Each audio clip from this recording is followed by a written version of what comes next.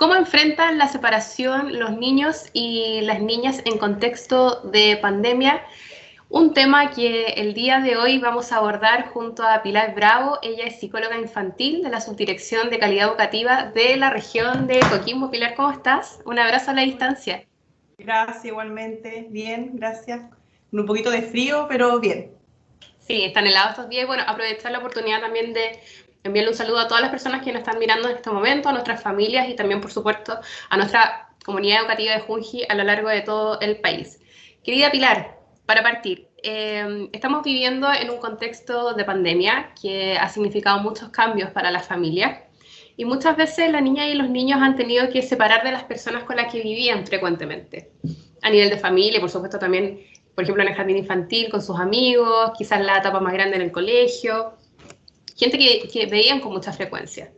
¿Cómo podemos abordar esto con las niñas y los niños? Yo siempre digo, para un adulto es difícil, me imagino lo difícil que significa entonces para una niña y para un niño abordar esta separación de un día para otro. Sí, efectivamente. Bueno, es bastante complejo ya para nosotros como adultos vernos enfrentados a esta nueva dinámica, ¿no es cierto?, a esta nueva modalidad de estar de alguna manera tratar de tomar todos los resguardos posibles, ¿no es cierto?, y ya aprender otras formas de funcionar también, de conectarnos a través de esta metodología, ¿no es cierto?, el teletrabajo, una serie de cosas. Y así también para los niños ha sido una situación, ¿verdad?, bastante de muchos cambios y en un corto plazo, en un corto tiempo. Por lo tanto, muchas veces los adultos también pensamos que a veces los niños no se dan cuenta de las cosas o que pasan desapercibidos o que en realidad, sobre todo cuando son más pequeños, ¿ya? Pero sí es importante ahí entender que los niños desde su propia percepción, ¿no es cierto?, de su propia experiencia, van tratando de elaborar esto, ¿ya? Van tratando de entender de alguna manera qué es lo que está pasando. O sea, ¿por qué si antes, ¿no es cierto?, iba todos los días después del jardín, me recogía mi abuela, yo iba para la casa de ella, ¿no es cierto?, o nos juntábamos los fines de semana con los primos, etcétera. ¿Qué está pasando ahora que ya eso no se da? Las rutinas diarias ya se pierden. Exacto, entonces en ese escenario la responsabilidad que tenemos nosotros los adultos de poder de alguna manera facilitar, ¿no es cierto?, que el niño pueda elaborar esta experiencia es fundamental, ¿ya? Y en ese sentido es como nosotros como adultos nos hacemos cargo de verdad de facilitar estos procesos con la menor cantidad de información, algo concreto para los niños, ¿verdad? Y no que llenen de alguna manera con más temores, ¿verdad? Porque los adultos en sí ya estamos en gran medida sobrepasados, estamos preocupados, todas las familias están viviendo de alguna manera el contexto de la pandemia de maneras distintas, ¿ya? Mucha preocupación por pérdida laboral, ¿no es cierto? Ya la preocupación, el foco en muchas familias está principalmente puesto en qué voy a hacer el día de mañana para la alimentación, qué voy a hacer el día de mañana, ¿no es cierto?, si no consigo otro trabajo.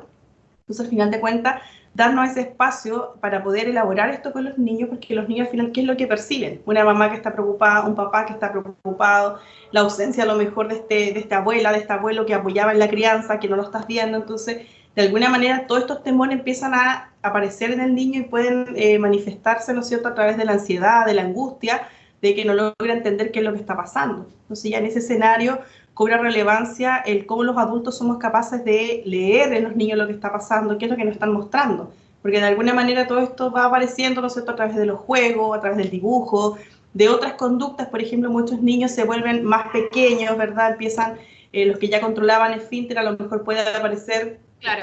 la pérdida del control de esfínter, ¿verdad? O querer dormir con los papás, a lo mejor no respetar las rutinas que ya estaban establecidas. Entonces ahí es importante que seamos capaces, ¿no es cierto?, de ver estas señales en los niños y de alguna manera más sensible, ¿no es cierto?, y ponernos en el lugar de ellos también, ¿ya? Si a nosotros como adultos nos cuesta elaborar, pensemos qué es lo que pasa con ellos que están más pequeños y que por un tema biológico, ¿no es cierto?, todavía no están completamente desarrollados para entender la realidad de esta manera. Sí, Pilar, ahí tú antes dabas un dato muy importante que quizás a veces se expone mucho a los niños y las niñas a lo que está pasando en el día a día. Están los televisores encendidos, tienen que hablar de la mamá o del papá, entonces se enteran de cosas o escuchan también conversaciones dentro del hogar, ahora que tenemos que estar todos reunidos en el mismo espacio, y eso me imagino que también eleva los niveles de ansiedad de la niña y el niño, pese a que el adulto a lo mejor cree que el niño está pasando por alto absolutamente todo. Exactamente.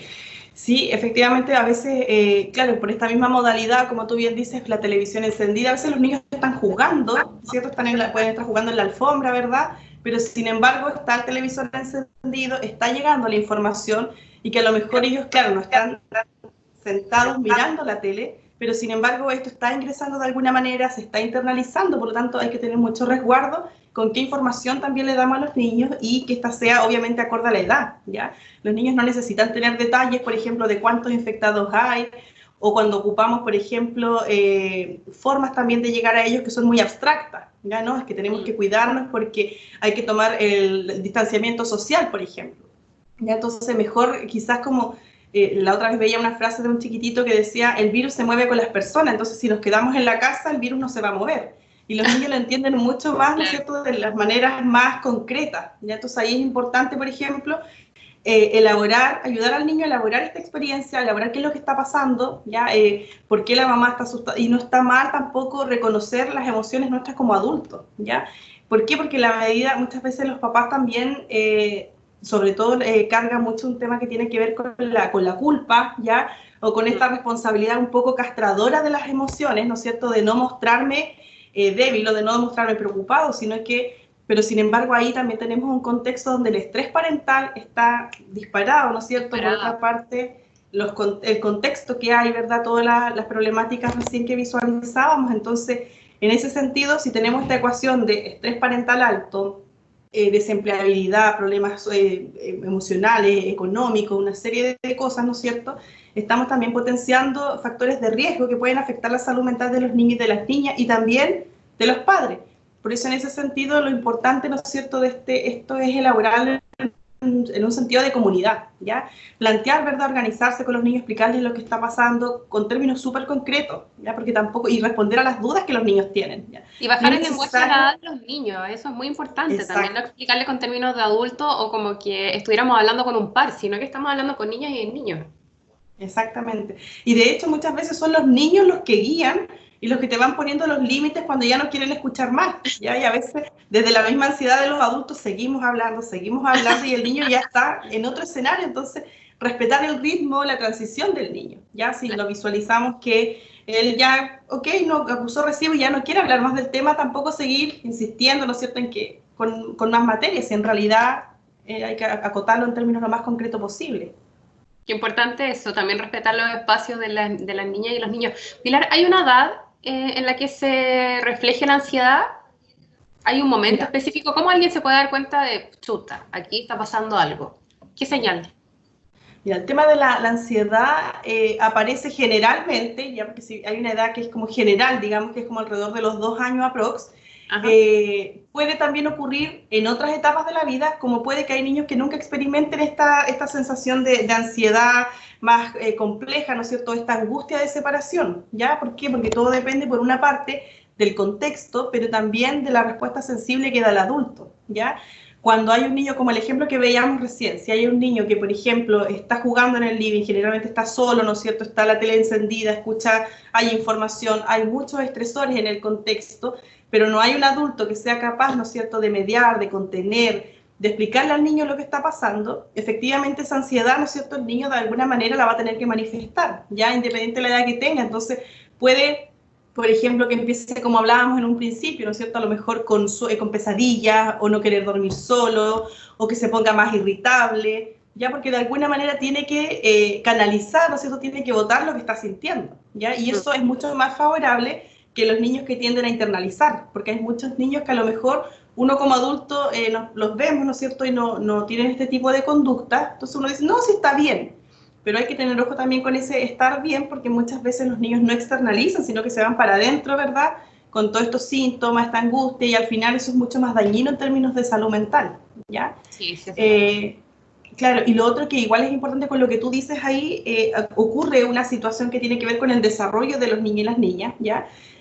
Los bebés, por ejemplo, ya si nosotros nos fijamos, a los bebés les encanta el juego este del aquí está, cuando nos tapamos la cara, ¿no es cierto?, y aquí está, y estamos como 10 minutos ahí y ellos se ríen, ¿no es cierto?, y empiezan con toda su gracia, porque tiene que ver también con que cognitivamente, ¿no es cierto?, y en el momento en que el cerebro del niño se va desarrollando, también van desarrollando una capacidad que tiene que ver con la permanencia del objeto, ¿ya? Que los niños van entendiendo que independiente de que ellos no vean a alguien, esa persona está y se movilizó en alguna parte. Entonces, claro, cuando nos tapamos la cara, están expectantes, ¿no es cierto?, a ver, y cuando nos destapamos y le decimos, acá está la mamá, ¿no es cierto?, aquí está, se ríen, porque claro, ahí está.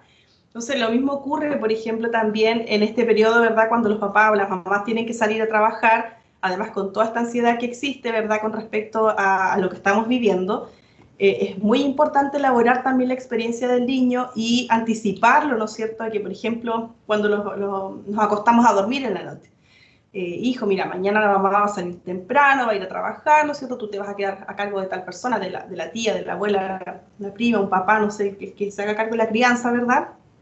La mamá va a volver y es importante también cumplirle a los niños lo que nosotros vamos comprometiéndonos. Ya eso es muy importante porque al final los niños y las niñas están desarrollando la confianza, entonces a la medida que uno como adulto va cumpliendo con las cosas que dice, ¿verdad?, disminuyen estos niveles de ansiedad y el niño sabe, conoce un escenario más predecible en ese sentido.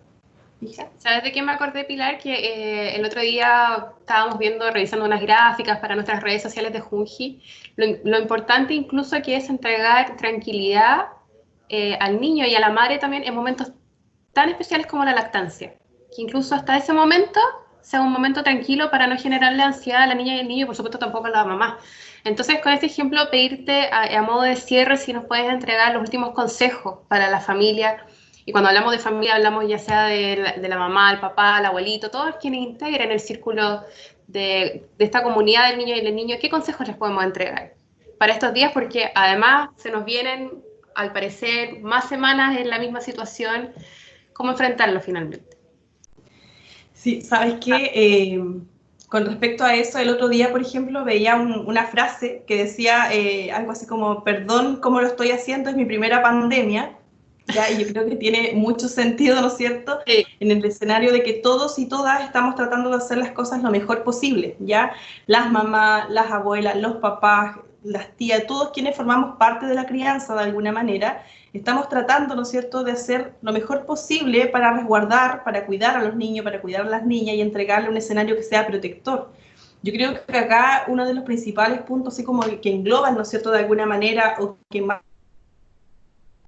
marcan un cimiento, tiene que ver en este minuto con la flexibilidad, ya con ser de alguna manera mucho más flexible, si bien se recomienda, ¿no es cierto?, establecer ciertas rutinas, ¿verdad?, que le permitan de alguna manera a los niños y a las niñas mantener un espacio como equilibrado, que les permita saber qué es lo que viene, por ejemplo, predecir ciertos momentos y que esto claramente disminuye la ansiedad. También es hora de flexibilizar con respecto a algunas rutinas, ¿ya? ¿Por qué? Porque si nosotros nos centramos netamente en establecer rutinas muy estrictas con los niños, no están las condiciones para hacerlo, ¿ya? Entonces, por lo tanto, de alguna manera eso focaliza o potencia la ansiedad en el niño, pero también en nosotros como adultos, como padres, que no vamos a lograr lo que estamos esperando. Entonces, de alguna manera, por una parte, flexibilizar. Por otra parte, también es muy importante, aunque suene quizás, o que se ha dicho en muchos espacios, ¿no es cierto?, el tema de pedir ayuda, ¿ya? Si nos sentimos sobrepasados, exacto, si nos sentimos sobrepasados, o sea, la crianza tiene que ser mancomunada, ¿ya? La crianza tiene que ser en términos colaborativos, entonces al final de cuentas, porque además las mujeres cargamos también con un tema cultural, ¿no es cierto?, de mucha culpa, ya con términos de la crianza, entonces ahí hay que tratar de resguardar, ¿no es cierto?, que la corresponsabilidad de la crianza sea una tarea, ¿no es cierto?, que se pueda llevar a cabo, de facilitar los espacios de encuentro y sobre todo de contención emocional, ¿ya? Ahí lo más importante, ¿verdad?, es cómo nos contenemos como familia, cómo nos contenemos como adultos, como tribu, ¿ya?, en relación al resguardo, a la protección emocional que le brindamos a los niños. Si es momento de flexibilizar a lo mejor con el tema de quizás, no sé, de dormirse un poco más tarde, de ver una película, o de levantarnos un poquito más tarde si está la posibilidad, ¿no es cierto? O si vemos que el niño no quiere comer, darnos un espacio más, ¿verdad?, para quizás enfocarnos en otras cosas, ya a través del juego. Los niños, para nosotros los adultos, lamentablemente, hemos perdido, ¿no es cierto?, ese sueño, esa riqueza tan linda que disfrutábamos tanto cuando niños, que era el jugar, o sea, para nadie era más, como niño, no hay nada más importante que el juego. Entonces, volver a reconectarnos con eso, y de ahí también hay un proceso que es muy sanador, ¿no es cierto?, que es conectarse con el niño, con la niña que fuimos, ¿verdad?, y hacer este análisis de cómo nos gustaría ser tratados, ¿ya? Entonces, ahí nos lleva también a pensar cómo puedo tratar yo a mi hijo, cómo puedo tratar yo a mi hija, qué es lo que mi hijo necesita de mí en este momento y qué es lo que a mí me pasa con esto también, ¿ya? Y cosas tan prácticas como, por ejemplo, tomarte un vaso de agua, salir, respirar, son cosas que a lo mejor en lo cotidiano uno lo dice así como, ya, ok, ya es como, suena como una frase cliché, pero en realidad eso te va generando espacios de pausa, ¿no es cierto? Espacios donde tú puedes reconectar con la necesidad del niño al final de cuentas o de la niña, ¿ya? Pilar, y muy importante lo que dices tú, finalmente, si se tiene que pedir ayuda, hacerlo, transparentar el adulto lo que está sintiendo, buscar a sus redes de apoyo y que finalmente la familia comprenda que ya sea los procesos de crianza, de enseñanza, es un proceso que lo tienen que vivir todos, no solamente un integrante de la familia que muchas veces recae en la mamá. Así que, sobre todo en estos tiempos, es más importante que nunca el amor que nos podemos entregar como comunidad, como familia. Pilar, agradecerte que hayas estado con nosotros. También recordarle a la gente que nos está mirando que en nuestra página web, junji.gov.cl, también pueden encontrar un montón de material descargable para realizar actividades en casa, muchas de ellas también vinculadas a cómo bajar la ansiedad. En nuestra app también, Mi Jardín Junji. Y así que, bueno, Pilar, agradecerte que hayas estado con nosotros todos tus consejos y bueno, espero verte nuevamente, aunque sea a distancia. Un saludo allá a la región. Gracias, un abrazo grande. Sí, nos vemos. Chao, chao. Chao, chao.